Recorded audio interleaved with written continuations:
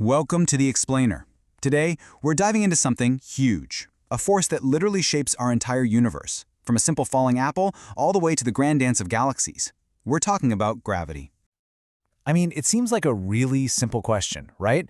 But think about it. This one little puzzle stumped humanity for thousands of years. And figuring it out, well, that turned into one of the greatest scientific detective stories ever told.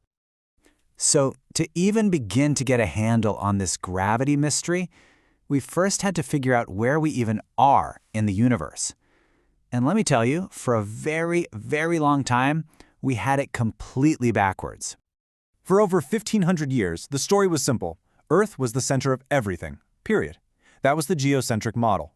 But then Copernicus comes along and just flips the whole thing on its head. He suggested, hey, what if the sun is the center?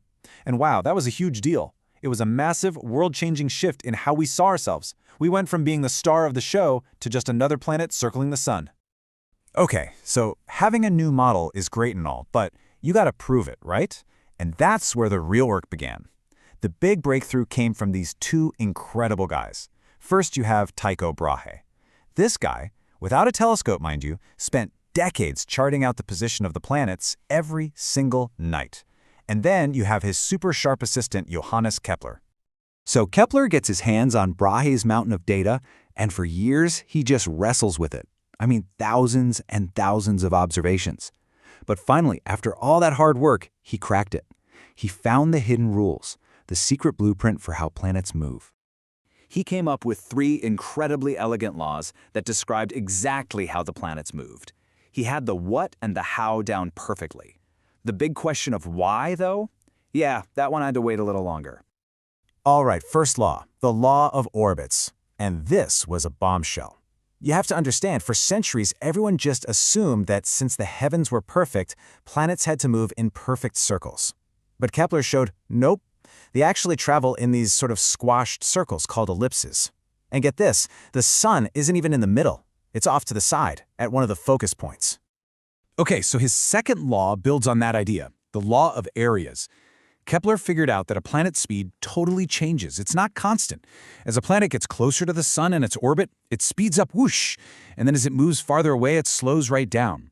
It's this beautiful cosmic rhythm, speeding up and slowing down, perfectly balanced.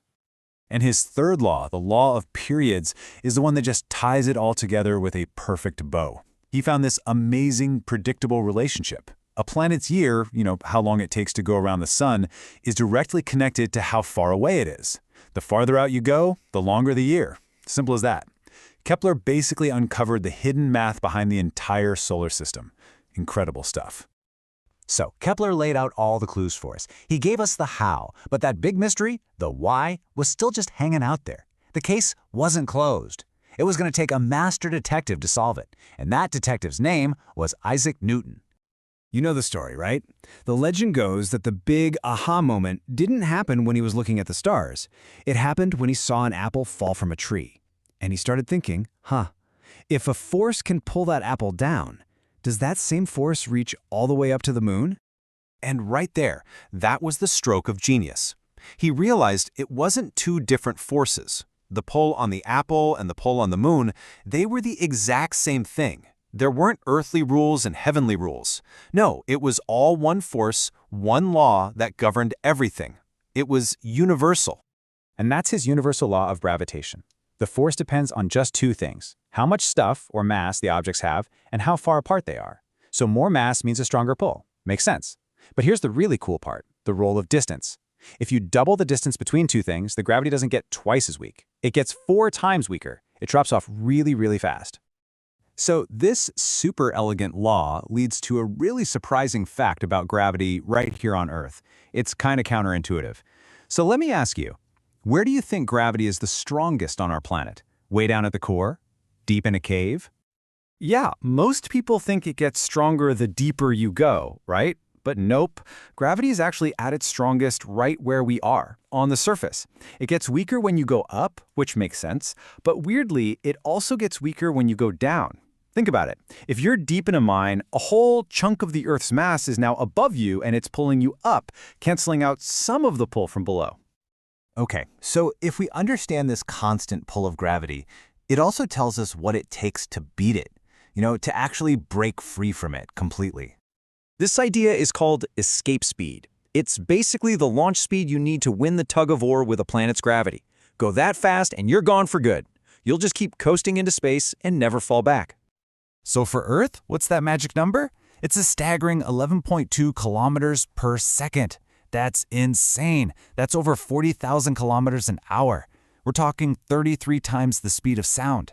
If you're going any slower than that, it doesn't matter how high you launch something. Eventually, Earth's gravity is going to win and pull it right back down. And this whole idea of escape speed perfectly explains something you've probably wondered about.